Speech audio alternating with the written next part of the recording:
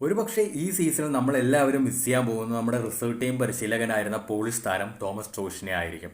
നമ്മുടെ സീനിയർ ടീമിൽ പ്രധാന താരങ്ങളായി മിന്നും പ്രകടനം കാഴ്ചവെക്കുകയും ദേശീയ ടീമിന്റെ വിവിധ ഏജ് ഗ്രൂപ്പുകളിൽ തിളങ്ങുകയും ചെയ്യുന്ന ബ്ലാസ്റ്റേഴ്സ് താരങ്ങളെല്ലാം തന്നെ വലിയ അളവിൽ ഇദ്ദേഹത്തോട് കടപ്പെട്ടിട്ടുണ്ടാകും.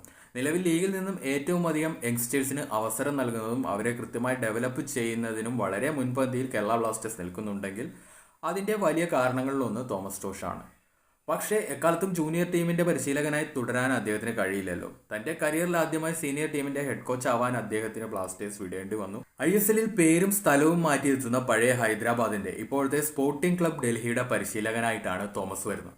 ബ്ലാസ്റ്റേഴ്സിനെ ഇൻ ആൻഡ് ഔട്ട് അറിയുന്ന തോമസ് ടോഷിന്റെ ഈ കൂടുമാറ്റം ബ്ലാസ്റ്റേഴ്സിന് വരുന്ന സീസണിൽ ഒരു വെല്ലുവിളി തന്നെയാകുമെന്നുള്ള കാര്യത്തിൽ യാതൊരു സംശയവുമില്ല. അതേസമയം മഞ്ഞയിലെ തന്റെ യാത്ര അവസാനിച്ചുവെന്നും ഇനി റെഡിന് വേണ്ടിയെല്ലാം ചെയ്യണമെന്നും സ്പോർട്ടിംഗ് ക്ലബ് ഡൽഹിയുടെ പരിശീലകനായി ചുമതലയെടുത്ത ശേഷം തോമസ് ടോഷ് പ്രതികരിക്കുകയും ചെയ്തിട്ടുണ്ട്. കഴിഞ്ഞ ദിവസമായിരുന്നു തോമസ് ടോഷിനെ പുതിയ പരിശീലകനായിട്ട് സ്പോർട്ടിംഗ് ക്ലബ് ഡൽഹി അനൗൺസ് ചെയ്തത്.